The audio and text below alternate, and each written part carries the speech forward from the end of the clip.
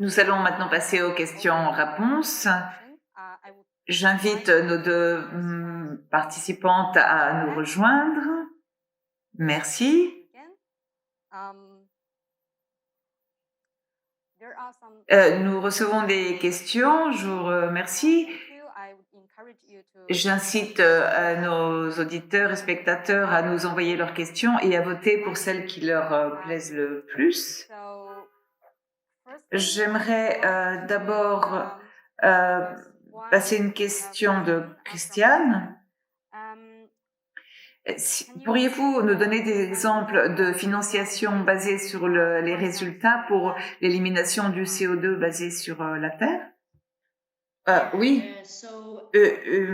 D'une façon générale, tout type de paiement pour les services de l'écosystème qui ont été utilisés jusqu'à présent. Il y a un exemple très clair pour la réduction des émissions dues à la déforestation et la dégradation, qui est REDD+, qui inclut également des mesures de reboisement. Et dans ce cas, les paiements sont directement liés à la quantité réelle d'émissions qui ont été réduites. Et cela, bien sûr, s'accompagne de ses propres défis de gouvernance, mais en général, le paiement pour des services de l'écosystème s'est avéré fonctionner correctement, par exemple pour réduire la déforestation au Costa Rica. Je ne sais pas si Claire peut ajouter quelque chose. Claire, vous avez quelque chose à ajouter? Non, Sabine a dit ce que je voulais répondre. Je n'ai rien d'autre à dire. Très bien. Alors, la question suivante s'adresse à Claire. Comment pouvons-nous gérer la réduction d'émissions ou l'élimination du CO2 pour éviter d'atteindre le point de bascule nocif? Vous avez mentionné la réduction et l'élimination du CO2. Est-ce que vous avez des précisions sur cet aspect? Oui, ce que je voulais dire dans ma présentation, c'est qu'il est fondamental de savoir où nous sommes véritablement et savoir comment nous avons avancé. Et pour cela, nous avons besoin de réduire drastiquement les émissions à court terme pour pouvoir atteindre l'objectif du réchauffement à 1,5 degré et éviter de plus grandes conséquences du changement climatique. Donc, il faut avoir des informations fiables sur la façon de réduire les émissions, comment suivre cela et comment comprendre exactement dans quelle proportion nous devons avoir recours à l'élimination du CO2 et si on dépasse la limite du 1,5, il faut savoir comment nous pouvons agrandir rapidement cette technologie pour pouvoir réduire au maximum la température. Sabine a peut-être quelque chose à ajouter? Vous avez parlé des profils d'évolution dont j'ai parlé dans ma présentation et qui se basent tous sur des modèles d'optimisation des coûts et qui prennent beaucoup de choses comme des acquis. Les points de bascule s'entourent de grandes incertitudes. C'est pourquoi je crois qu'en plus d'appliquer une approche d'optimisation des coûts, il serait également bon d'être prudent étant donné qu'il y a beaucoup d'incertitudes et qu'il faudrait prôner de façon plus ferme qu'il est fondamental de réduire drastiquement à court terme les émissions. Merci beaucoup. Je vais passer à la prochaine question qui est pour Sabine. Vous avez parlé de facteurs de durabilité qu'il faut suivre quand il s'agit d'appliquer à grande échelle l'élimination du CO2. Vous pourriez nous en dire plus et nous dire comment on peut suivre ces facteurs? J'aimerais insister sur le fait que dans l'examen systématique des études de recherche que nous faisons et qui servent pour le rapport d'évaluation du GIEC, nous avons détecté certains effets secondaires sur la durabilité de ces technologies, mais notre évaluation se base sur les études publiées. Donc, nous avons tout d'abord besoin d'une recherche plus poussée. Et le fait qu'il n'y ait pas un risque de durabilité lié à ces technologies, c'est tout simplement parce qu'il manque une recherche, non pas parce que cette menace ne soit pas réelle. Et Par exemple, dans le cas de du captage direct du carbone dans l'air, il y avait un point d'interrogation. Ça ne veut pas dire que ce soit la technologie la plus durable, sinon que c'est la plus novatrice. Et donc, il y a moins de recherche sur les effets secondaires. Et bien sûr qu'il va y avoir des conséquences. C'est une technologie qui demande beaucoup d'énergie pour pouvoir par exemple, avoir les réactions chimiques nécessaires. Et cette énergie, elle doit venir de quelque part, non?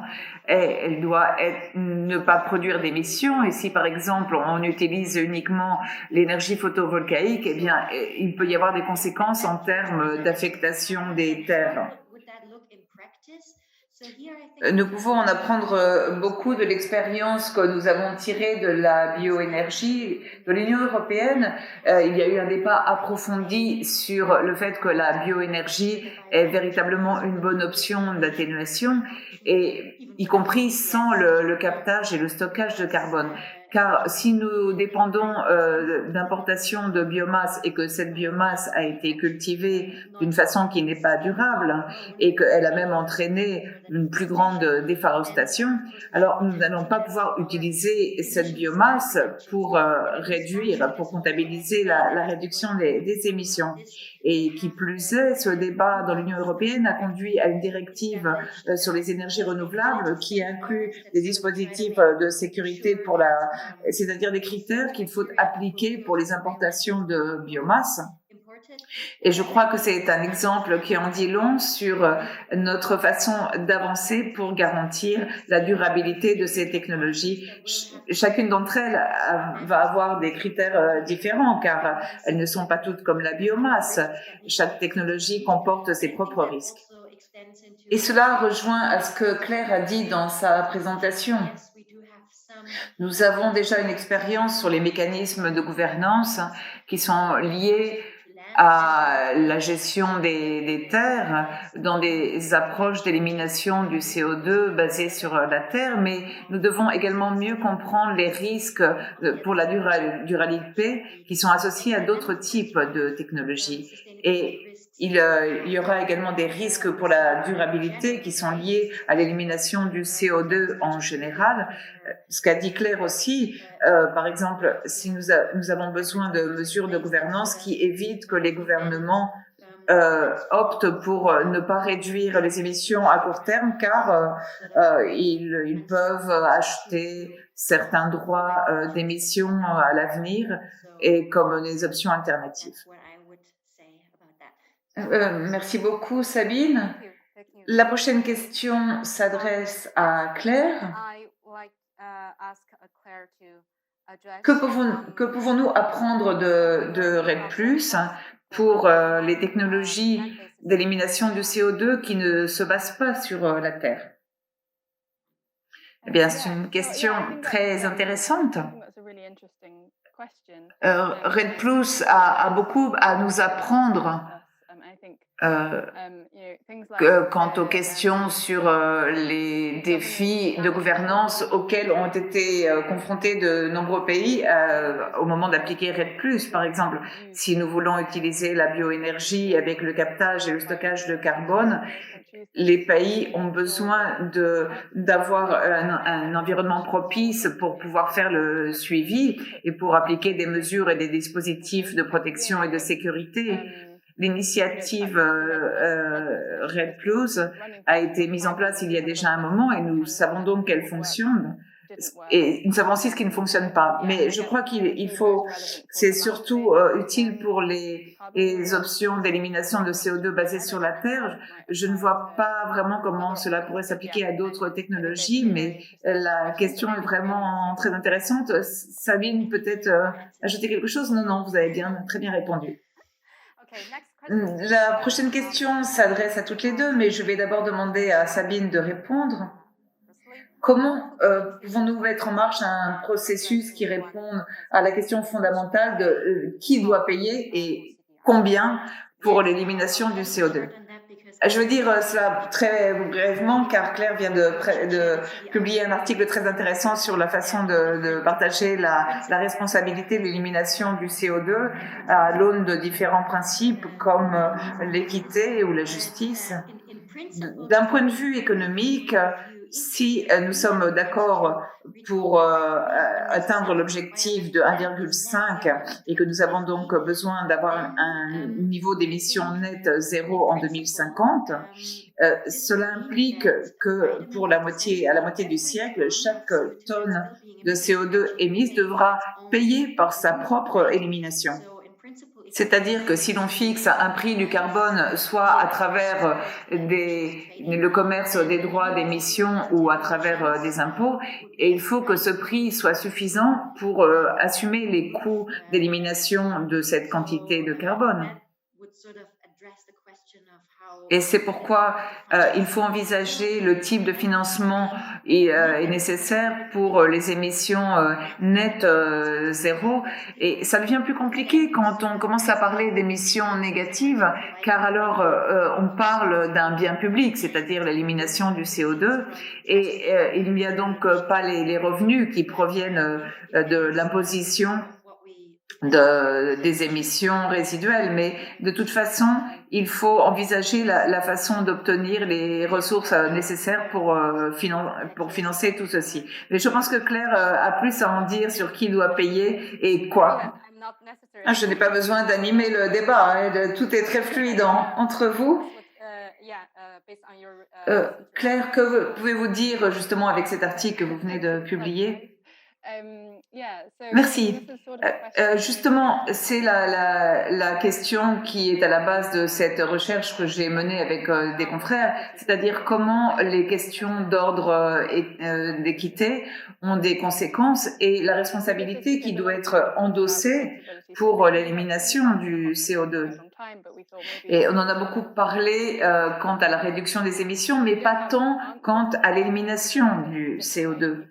Il y a de nombreuses formes pour aborder cette question de la responsabilité. Bosso, par exemple, vient de publier un article où on aborde ces thèmes, par exemple, depuis le point de vue de qui est responsable du changement climatique, qui est responsable d'avoir plus émis dans les dernières décennies ou dans le siècle passé, où on peut voir cela depuis le point de vue de qui a le plus de ressources, plus d'argent, qui a le PIB le plus élevé, plus de revenus pour pouvoir investir dans ces technologies. Le point fondamental que nous voulons transmettre, c'est que quand on voit les résultats d'un modèle d'évaluation intégrée, c'est basé simplement sur une répartition en fonction des options les plus économiques, c'est-à-dire qu'on alloue l'élimination du CO2 où elle est la plus économique, mais chercher le plus économique n'est pas le critère principal si on ne tient pas en compte la question de la responsabilité. C'est une question fondamentale qui a motivé la publication de cet article. Et ensuite, il faut penser, comme l'a dit Claire, aux instruments financiers que nous pouvons créer pour garantir qu'il y ait suffisamment d'argent. Il est fondamental d'avoir cette conversation sur la responsabilité, ce qui est simplement une première étape, mais je ne sais pas exactement quelles seraient les prochaines. Merci beaucoup, Claire. Merci beaucoup, Claire. Bon, nous espérons que vous allez pouvoir poursuivre vos recherches sur ce sujet qui est si important.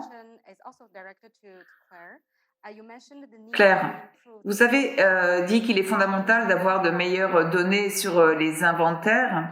Que pouvons-nous faire en la matière? Quelles étapes pouvons-nous faire pour avoir cette amélioration, par exemple, dans les 5 ans à venir?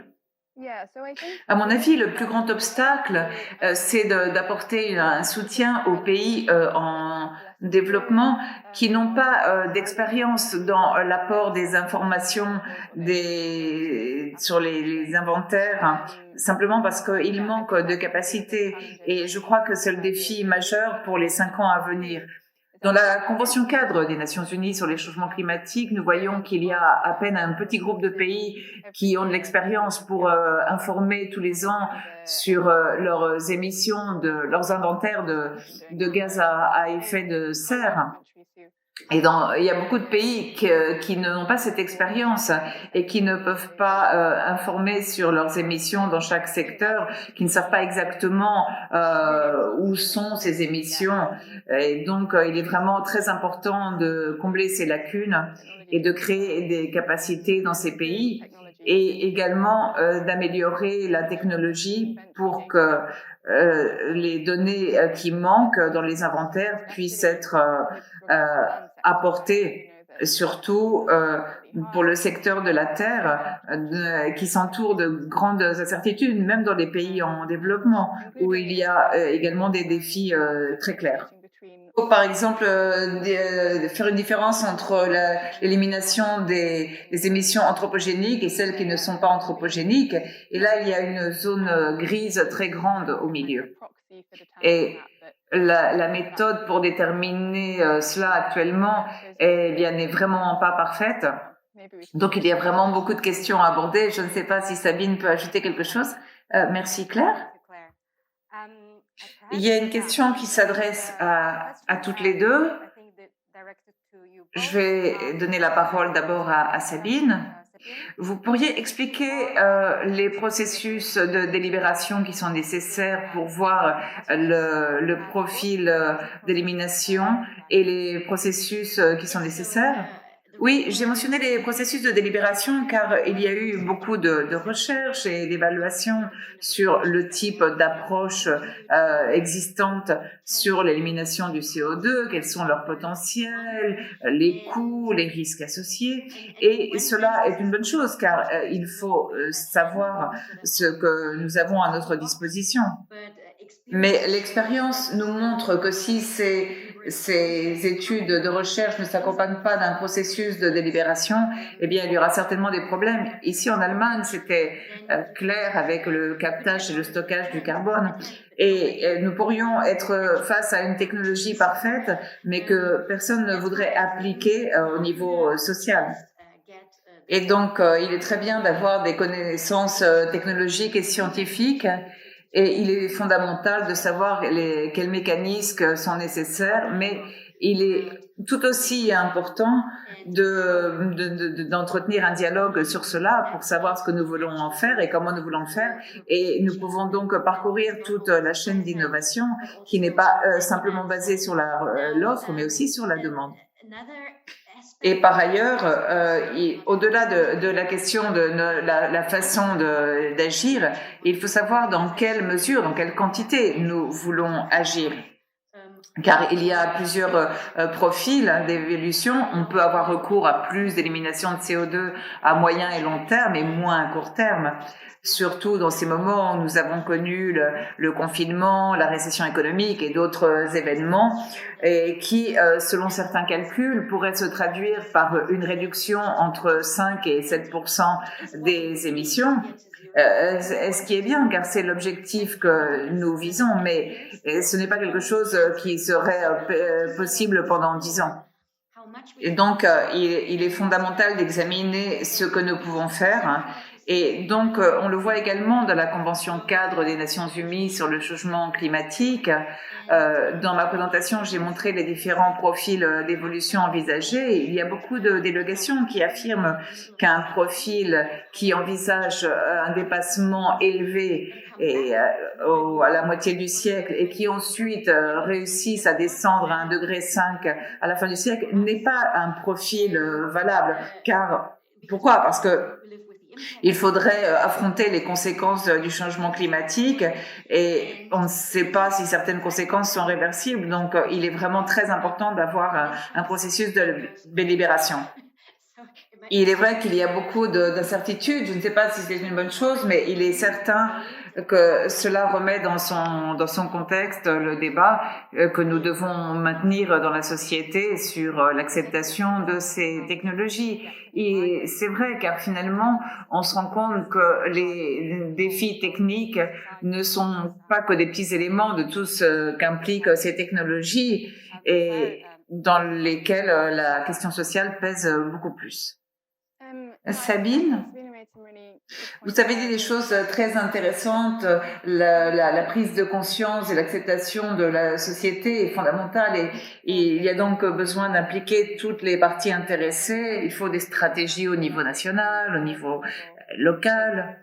Et actuellement, il y a beaucoup d'entreprises qui prétendent ou qui montrent des objectifs pour atteindre des niveaux d'émissions net zéro grâce à des mesures de compensation.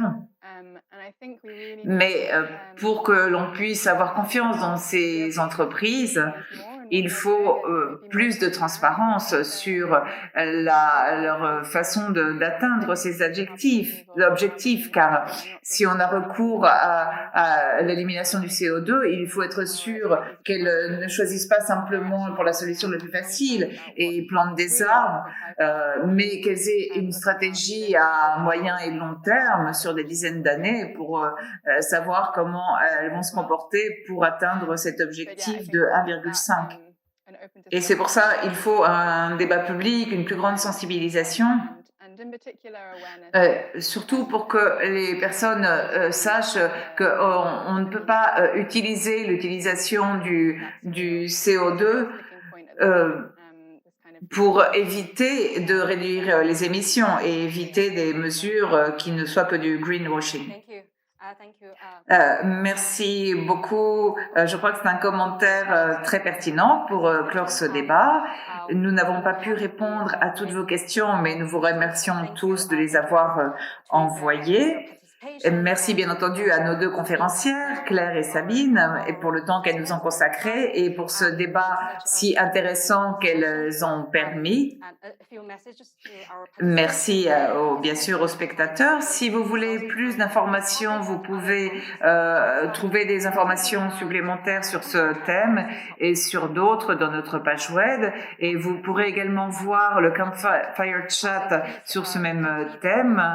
N'oubliez pas de répondre au sondage qui va nous aider à améliorer ce type de réunion et nous espérons vous revoir lors de prochaines réunions, comme par exemple si vous voulez en savoir plus sur les questions de décès, vous avez vendredi le Campfire Chat qui sera animé par mon confrère Nick Harrison. Je crois que Claire et Sabine y participeront également.